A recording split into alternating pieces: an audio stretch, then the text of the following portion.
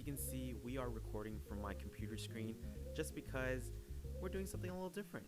We're actually doing a quick little Seattle expansion draft just because I want to get my picks in before the actual thing happens. And I love doing things like this. I love playing NHL 21, doing my own expansion draft. I love building my team and seeing how it goes. So this to me is very exciting. I'm curious to see what Seattle will pick. Of course, as a Ducks fan, I'm always worried about who they're going to take from my favorite team. But today I'm just putting myself into the shoes of the Seattle Kraken just to see, what kind of roster will come out of it.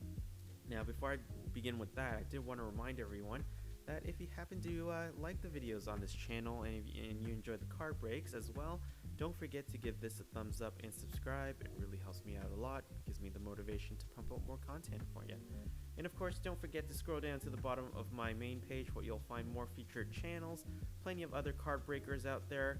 Definitely worth checking out and supporting other collectors in the community. So lots of awesome channels as well. But anyway, let's get on with the expansion draft. And right here, we're gonna trust our good friends at Cat Friendly. Of course, they have a very awesome interactive tool that you can use to do the expansion draft. And of course, they've recently updated it with the protection list as well, so you know who you can actually choose for your Seattle Kraken team. But anyway, let's move on to this here. You can actually find it under the interactive bar and then click on the Seattle Expansion Draft Simulator to get to the page where that's right here. Of course, we have the protected players list that you'll find over there, and then it also gives you the option to draft the team afterwards. So let us begin with the first team on the list, which just happens to be the Anaheim Ducks, my favorite team in the NHL. And looking at the list here, of course, I don't really want them to take away certain players on the team. Of course, I'm happy for them to take anyone that has a relatively big cap hit. But looking at the list here, whatever makes sense for the Kraken, I'm thinking something along the lines of a young forward, someone with potential like Alexander Volkov, for example, or perhaps a young defenseman who has lots of potential. And knowing that Ron Francis is the general manager of the former general manager of the Carolina Hurricanes who drafted Hayden Fleury, I have a feeling, as the current manager of the Kraken, he will select Hayden Fleury, who just happens to be doing pretty well with the Ducks, actually. Ever since the trade, the recent trade for this season, he actually played pretty well for the Ducks. I was thinking Bob Murray was going to protect him, but turns out he didn't. So he might become the next Shea Theodore, who knows. But yeah, Hayden Fleury, very solid player, very solid defenseman, and he only has a $1.3 million cap hit, and he will only be at RFA later on, so definitely a solid pickup, I would think.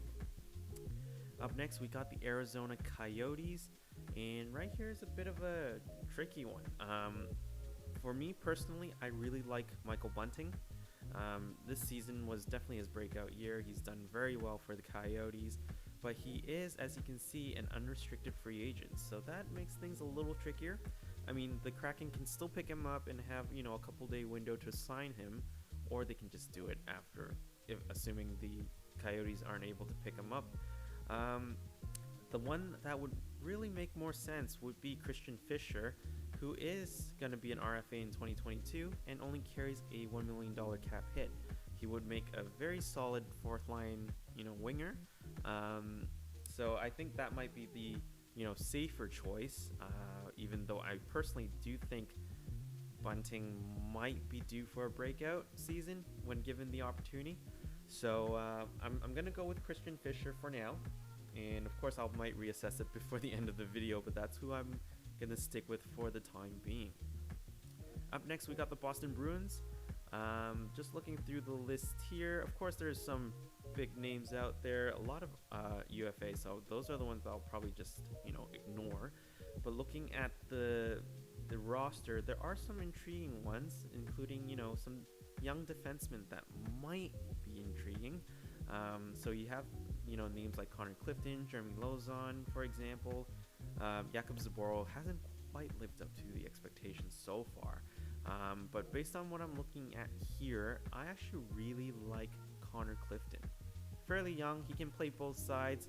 Uh, you know, very versatile defenseman. He actually had a different defense partner throughout the year. I don't think he's played more than 200 minutes with any of his defense partners, and seemingly found good chemistry with all of them. So definitely a good pickup, I would think. And knowing Ron Francis, he likes to build his team from the defense up. And of course, we're an expansion team as a Seattle Kraken. We want to go for younger players. Some people, like some players with potentials to break out within the next couple of years. So I think Connor Clifton would be a good pickup. He will be an RFA in 2023, but he carries a fairly low cap hit, so definitely something I would look for. Now, up next is the Buffalo Sabres, and the big fish in this one here would have to be Jeff Skinner. So I'm not gonna pick up Jeff Skinner. He carries a $9 million price tag and hasn't quite lived up to that price tag at all. Of course, looking at the list here, not many forwards that really stand out in my opinion.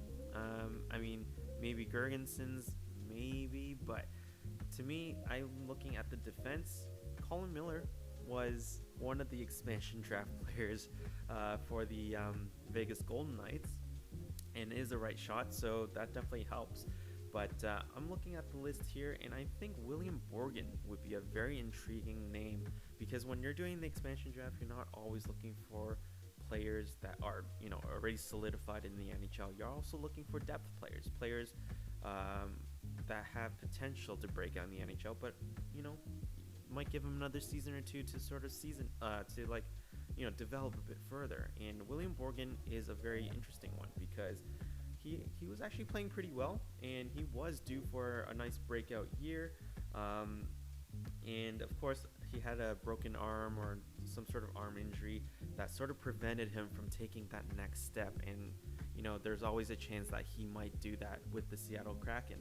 And he is unproven at the NHL level, but we have to save money, and we also need to leave room for potential for this team to grow. And I think William Borgen would be a very good pick here. Up next, with the Calgary Flames, we're looking at a whole bunch of names. Milan Lucic does bring a bit of grit to the team, but unfortunately, he does carry a fairly sizable hit, and at age 33, he's not really the player that he once was. Once again, I'm looking at the defense, because for some reason, I do love to build the team from the defense out. And Oliver Shillington is an interesting one. At 24, he's an RFA. Very intriguing player. I mean, he is very fast. He is a very good skater, but hasn't really quite found it in the NHL. He hasn't really sort of proven that he can stick around in the league. And there's a bit of, a few warning signs about him. And, I'm looking at this team, and as much as I like to go for a young player, I'm also looking for a veteran presence, a good leader. And Mark Giordano is a very good player, and who has, plenty of gas left in the tank as well. And at age 37, he is leaning a bit on the older side, but his contract only ends in a year's time. I mean, if it doesn't work out, we can flip him for other, prospects, players, picks, for example. And if it does work out, he would be a very good presence, and perhaps, for a temporary time period, of the face of the franchise. So I'm thinking of going with Mark Giordano, and he's a great guy. He's a great role model for the team. Definitely need something like that to help further develop the team. And then we got the Carolina Hurricanes right here, and I'm looking at the squad. It's very intriguing to have Nino Niederreiter at $5.25 million. He's that's a bit of a heavy price tag. I mean, but he has played pretty well with the Hurricanes this season. But once again, the defense, it caught my eye. And it's not Yanni Hakanpää. I know Yanni Hakanpää was a former Duck. We did trade him away for Hayden Fleury, which happens to be the player that I just drafted from the Ducks. But looking here, Jake Bean, that's the one that really interests me. He is an RFA, But yeah, he is another one of Ron Francis's picks when he was the general manager of the Hurricanes.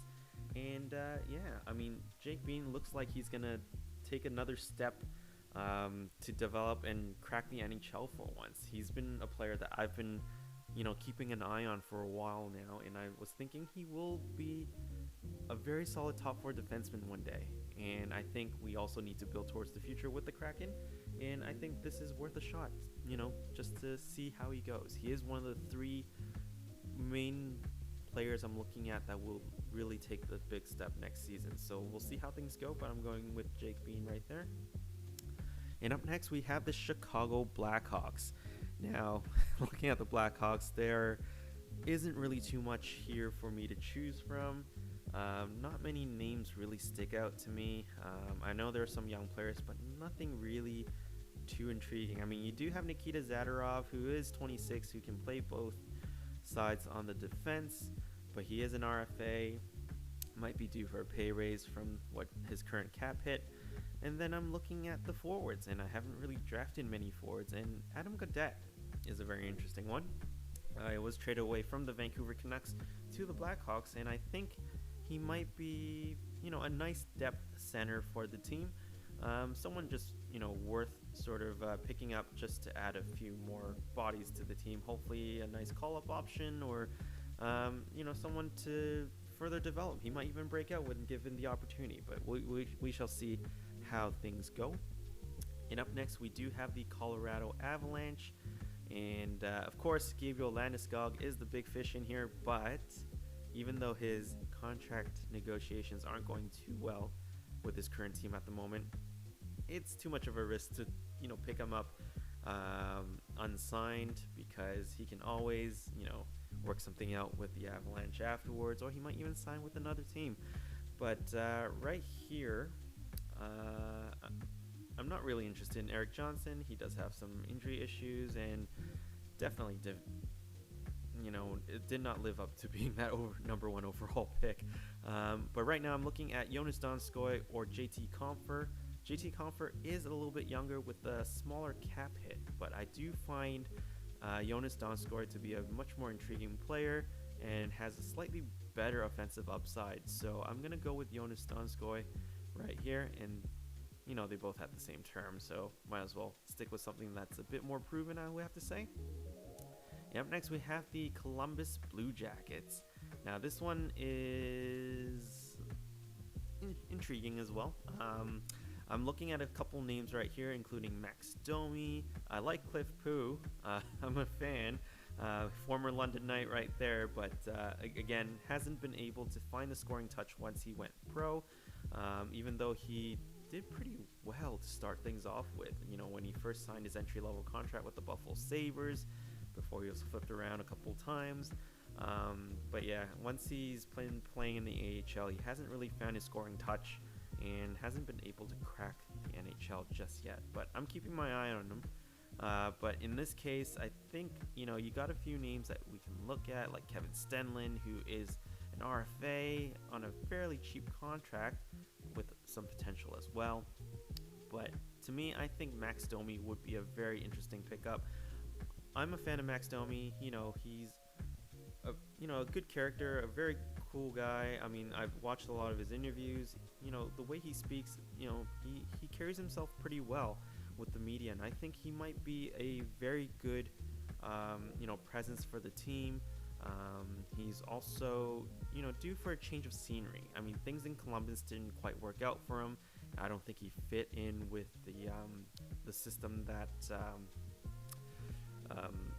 they had for him over there. And of course, sometimes a bit of change of scenery would be nice, something to help him, find that spark again. So he can potentially be a first-line center, but of course he is out with an injury, so he might not be there to start the season, but definitely something we can slot into the first or second-line center role for the team. Up next, we have the Dallas Stars. Now, this one's the one that we don't have much to choose from, because let's just say they made a last-minute deal to trade away Dickinson to the Canucks, so that really takes away the options for this team. There's not much that we can select out of here. And given that Ben Bishop has waived his no trade clause, of course they were able to protect Anton Khudobin. So, I mean, Ben Bishop, he can potentially be the next Marc-Andre Fleury, where he sort of revives his career under a new team, but he hasn't played in like a year and a half, and he has some injury issues. I don't know if I want to take a shot at that. Of course, there's also Jamie Oleksiak. I'm a fan of him as well, but he is an RFA, not an RFA, he's a UFA, so I don't know if that's worth picking up either. So, you know, it's slim pickings here. I mean, Julius Honka is fairly young, but he's still not able to crack the NHL, and, you know, to be honest, I don't think he will. So, at least not at this stage anyway. So, options are fairly limited. And I'm looking at the names here, and I think the one that would have some potential would be the 23-year-old center, Adam Mashrin. He did, you know, score at a fairly decent rate with the Texas Stars in the AHL, so maybe he will provide some nice depth. But we need some young bodies on the team, given that we are a young NHL team as the Seattle Kraken, so we'll pick him up and see how things go. And now on to the Detroit Red Wings. Now for this particular team, I have narrowed it down to two players. I was thinking of either Nemestikov or Troy Stecher. And of course, Troy Stecher is under a very good deal, only $1.7 million against the cap. He is a right shot defenseman. You know, we could use a steady, you know, top 60 right here. So that's why I decided to go with Troy Stecher. And if you look at the top, I've selected a lot of defensemen so far and no goalies. So we're doing very well so far. All right, up next we got the Edmonton Oilers. Now this one here, we also don't have too much to choose from. Options are fairly limited. Oscar Klefbom is an interesting one, but given his situation, we don't know if he's even going to play next season or if he's even going to play ever again. And that's too big of a risk to pick up. And I'm just looking at the names here. I mean, we're going for young players with potential. And in this case, I'm looking at Tyler Benson, who's 23. He was an RFA. Again, definitely worth sort of having someone, you know, develop in the system for example. So Tyler Benson, who knows, he might become a regular NHLer one day, but we shall see how things go. But I think that is a sort of a steady pickup, I would have to say. He's only had 7 games of NHL experience, so, you know, not too much of a sample size to work with, but he has done well in the AHL, so definitely worth having a look at right there. Up next, we got the Florida Panthers. I think it's almost a foregone conclusion that they're going to go with Chris Driedger, who they've reportedly agreed to a 3-year contract with. So I'm not going to go too much into it. I will just select Chris Driedger just based on the general consensus out there. But of course, I am quite intrigued by Frank Vetrano as well in here. So, or even Marcus Nudavera, because we could always use more right-handed defensemen. Up next, we got the Los Angeles Kings, my arch nemesis / rivals. Now, this one here has quite a few young players that are intriguing that I would look into, with the likes of Blake Lizotte, Carl Grundstrom, even Kale Clegg as a depth defenseman, for example, with top 4 potential, by the way. And then you got Jonathan Quick, who can also be the next Marc-Andre Fleury. And given that his contract doesn't run too long at 5.8, seems okay. But he is running towards the tail end of his career, and I'm still looking towards the future. And I'm debating between Blake Lizotte and Kale Clegg, or Carl Grundstrom. Those are the 3 I'm looking at right now. Again, I do like to build my team from defense, and I'm sure Ron Francis does the same thing. So I'm going to go with Kale Clegg for the moment, and then we'll revisit that if necessary. All right, and on to the Minnesota Wild right now. And of course, after they bought out poor Zach Parise and Ryan Suter, they were able to protect a few more players here. And I'm just looking at the bunch of names of who I can select. Of course, I like to go younger. Nick Bustad would be interesting, given that his contract ends in a year. That might be a nice one as a depth center. Carson Soucy would be a good one as a defenseman. Again, contract doesn't end until 2023, so that is also a very intriguing one because he can easily be a top 4 defenseman for the team. And then looking at the goaltending, that one has me quite interested. Kaapo Kähkönen. I'm quite surprised the Minnesota Wild did not protect Kaapo Kähkönen, given how well he's done this year. I know he's kind of trailed off towards later in the year, but given that they decided to protect Talbot instead, I think I'm going to make them pay. I'm going to go with Kaapo Kähkönen. I think this is a very solid pickup. You know, at worst, he will be the backup goaltender or maybe even the AHL starter. And at best, he will be the future goalie for the team. Given that he is an RFA in 2022, we can potentially hang on to him for a little bit longer. He's definitely a very solid goalie, and I think it's definitely worth, picking up, I would have to say. Anyway, so we'll go with Kaapo Kähkönen here. And now on to the Montreal Canadiens, the one that has everyone talking right now because everyone's dropping like flies. Everyone suddenly has an injury. For example, Shea Weber potentially with a career-ending injury as well. And then you got Carey Price, who surprisingly waived his no-trade clause. And, Marc Bergevin and Ron Francis are playing chicken at the moment to see who they're going to pick up.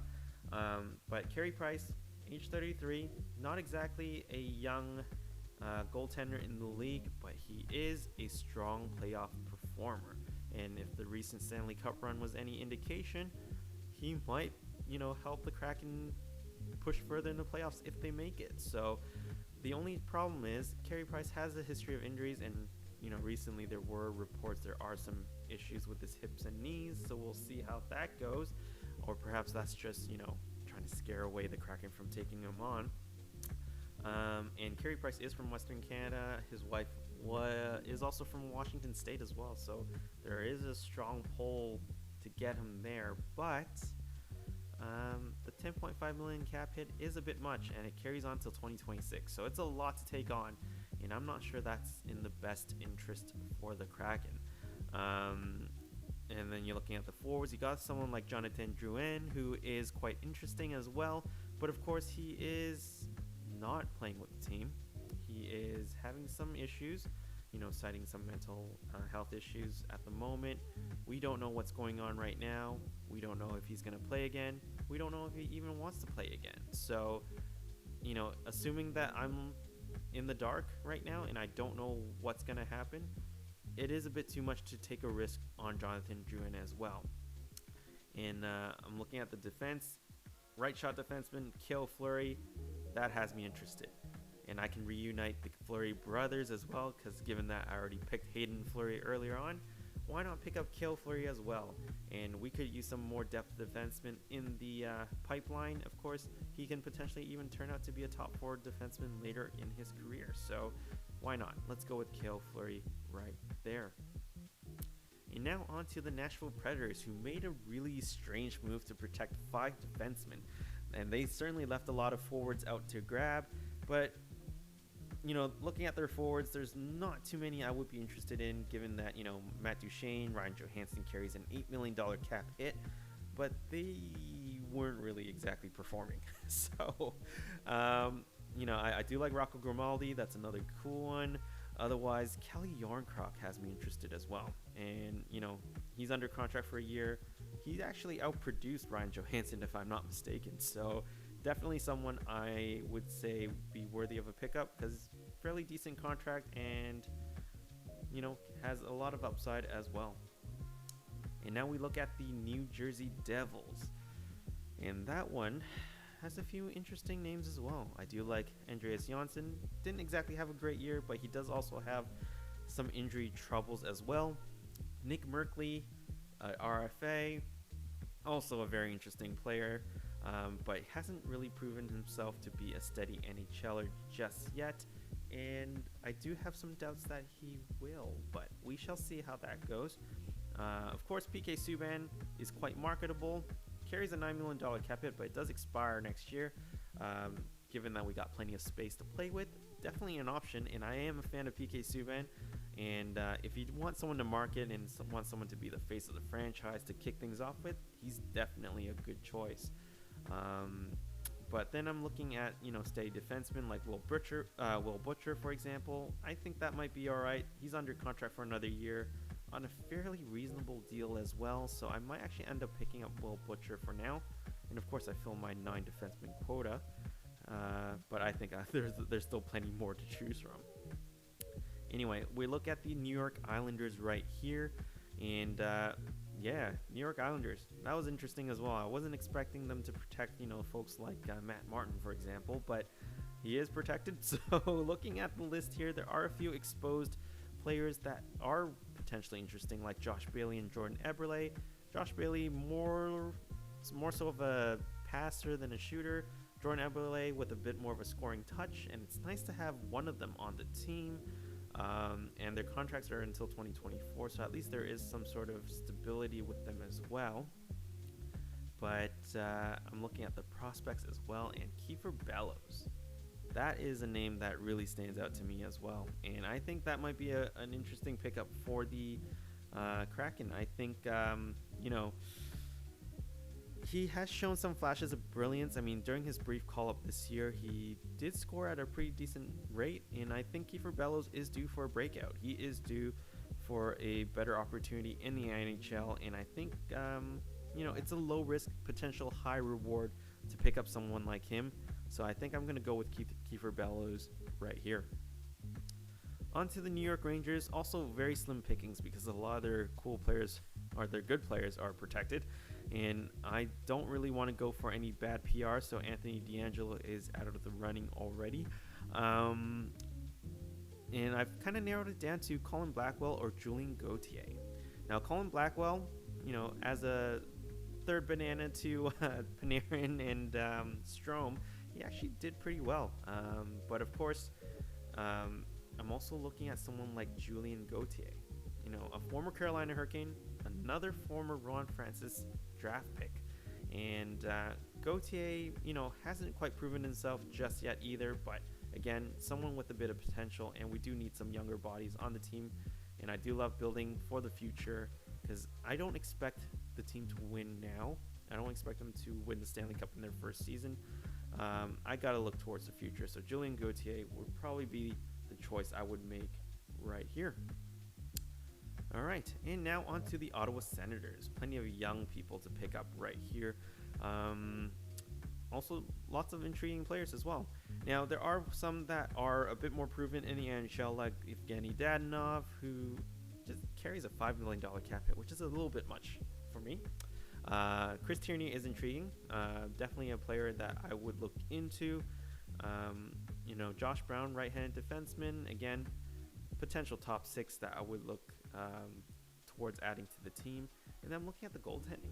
I mean, Matt Murray hasn't quite lived up to that massive contract that he signed.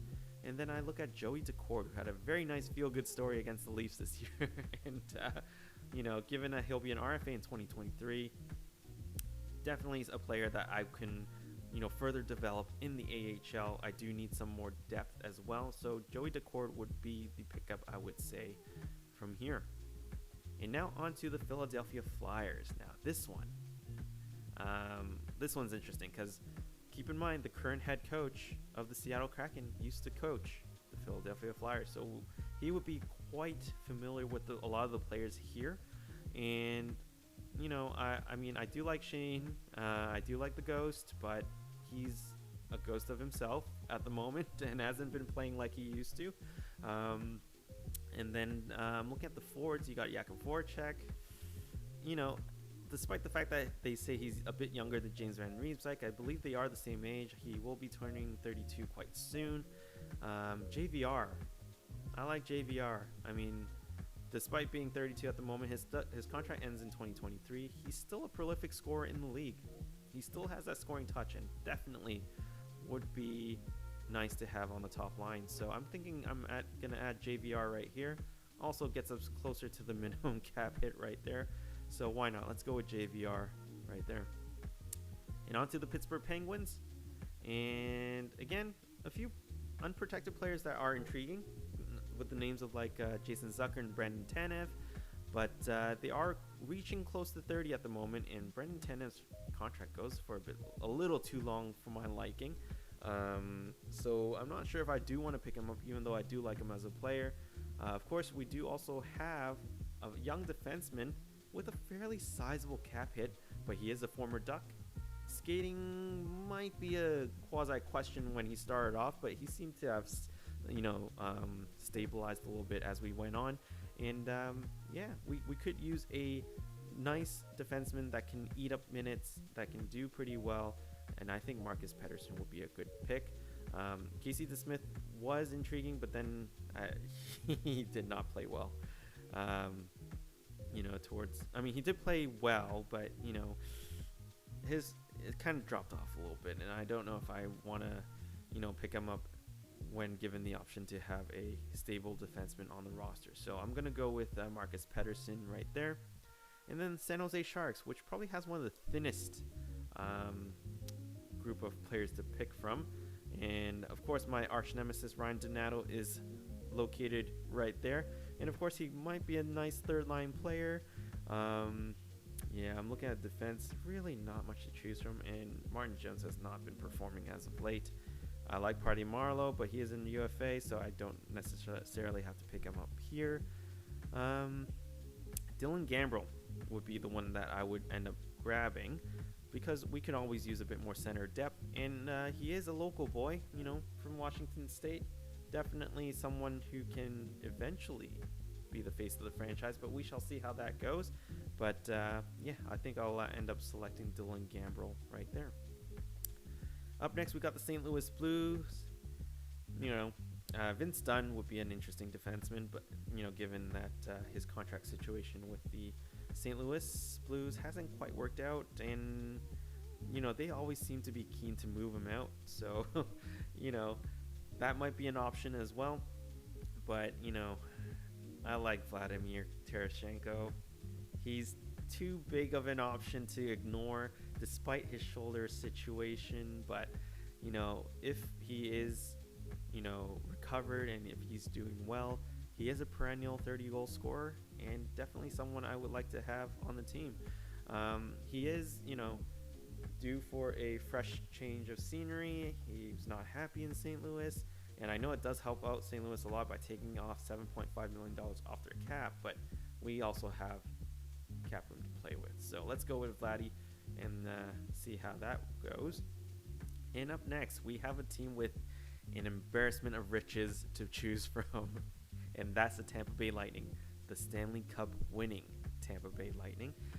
And just looking at the forwards, you got a lot to choose from. You got Andre Palat, Yanni Gourde, Tyler Johnson, Alex Killorn.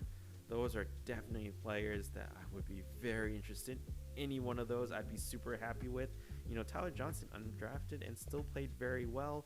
He is a local boy as well. Can also potentially be the face of the franchise for the Kraken. But then if you look at the defense, you got someone like Cal Foote, who's been playing very sheltered minutes, not really given much of an opportunity. He is a right D and an RFA as well. So much potential. But out of everyone here, I'm looking at who can also provide now and also for the future, and I'm looking at Yanni Gourde. I really do like what he has to offer, and given that this is a young team for the Kraken, he will be given a bigger role. He might even just perform way better than what he was doing in Tampa Bay, and definitely a stable presence. And he can play either center or wing, so definitely a versatile player. I think it's something worth picking up. I'll go with Yanni Gourde, though I am very tempted, very, very tempted to go with Cal Foote, but we'll see how that goes. And then on to the Toronto Maple Leafs. Now, that's the one I hear a lot about because I do tune into a lot of, shows from Toronto, and I am, originally from Toronto, so a lot of people around my circle would be talking about this particular team. Now, looking at the players that are available, I've kind of narrowed it down to Alexander Kerfoot, Jared McCann, and also Travis Dermott. Now, Jared McCann was recently acquired from the Pittsburgh Penguins in exchange for Philip Hollander, who was originally a Pittsburgh Penguins prospect, and the Leafs obtained him through the Kasperi-Kapanen deal, and we flipped him back for Jared McCann. So yeah, I'm looking at the two options, or three options actually, and I love Travis Dermott, but I think I had my fair share of defensemen so far. So now I've kind of narrowed my focus to Alex Kerfoot and Jared McCann. Now, Alex Kerfoot had a very small sample size in the playoffs, but he did very, very well and was very impressive. Again, McCann and Kerfoot, both very versatile players. They can play on the wing, they can play center. Jared McCann hasn't been quite the playoff performer, even though he's done a bit better during the regular season. So it's, I'm trying to debate which one to take. It's kind of hard. I know the Leafs traded for McCann just to make it hard for the Kraken to choose between the two players. And I think they were pretty set on losing Kerfoot before McCann showed up. And this is the interesting one. I know a lot of people feel like McCann's the better player because he's also, and he's also younger, but because he also has a better offensive touch compared to Kerfoot. But he's also weaker in the face-off circle as well. And I feel like Kerfoot would be better value. I honestly feel like Kerfoot's a better value. So I'm going to stick with Kerfoot. And we'll see how that goes. Now we move on to the Vancouver Canucks. There are some rumblings that they were interested in Braden Holtby, but he hasn't really quite performed, and I'm not the biggest fan of his current cap hit, even though it's only good for another year.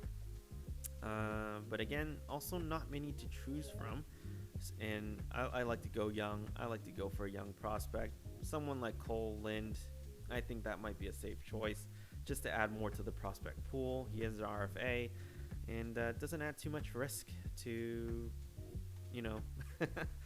to the pick anyway, because I'm definitely staying far away from Louis Eriksson in that $6 million cap hit. Sorry. Unless Vancouver gives me a very big sweetener, like several first-round picks, I'm not going to go near that contract at all. All right, moving on to the Washington Capitals. I'm surprised Ovi's not protected, but come on. We all know he's staying in Washington, right? I'm not going to take a shot at that. So right now, I'm looking at the defense. There's Justin Schultz, Stanley Cup winner. Provides a stable presence on defense. He is a right D. But I'm also bitter that he refused to play for the Anaheim Ducks after he completed his 4 years in uni, or in college. So I'm still a little bit bitter about Justin Schultz, so I refuse to pick him up right here. We also got a very solid defenseman in Brendan Dillon, who is definitely worth picking up. But then I'm looking at goaltending. I like an insurance policy, and I feel like Vitek Vanacek would be a very good pickup, I think. And he's an RFA in 2022, so another young goaltender who can potentially be the future as well. And funny enough, he wasn't really in the conversation to start the season. And, given Sam Sansona's troubles and, Henrik Lundqvist and his heart condition, Vanacek stepped up and he actually played, I think, 37 games this year and carried a very solid numbers. So I think it's definitely worth picking up. Between Drieger, Kakinen, Vanacek, one of those guys will definitely step up and be the goalie of the future. I think this will be very interesting. And, given that, these are promising goaltenders, if I don't end up using one of them, I can flip them for something even better. Maybe more draft picks, more players of immediate help. We'll see. But this, I think I will go with Vitek Vanacek. And then lastly, we have the Winnipeg Jets. Right now, we haven't drafted 30 players yet, and we still haven't met the minimum requirement for the number of 2020, 21, 22 contracts. So I definitely need to choose a player that has a contract. I'm looking at, the ones with the green ticks right here. Mason Appleton, very intriguing at age 25, an RFA in 2022. So, definitely interesting. Jansen Harkins, another one that will be an RFA in 2022. Um, and then you also have Dylan DeMello, who is surprisingly not protected because the Jets decided to protect Logan Stanley, who had a very good playoffs this year. DeMello, very steady defenseman, very decent cap hit, and his contract runs until 2024.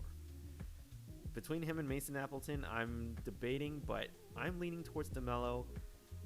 I know initially I did choose Mason Appleton in my first draft, but yeah, I'm looking at Dylan DeMello, and I quite like him. So, all right, so that is my team. Let's go through a quick recap and see if I need to make changes. So I'll be back in a few moments.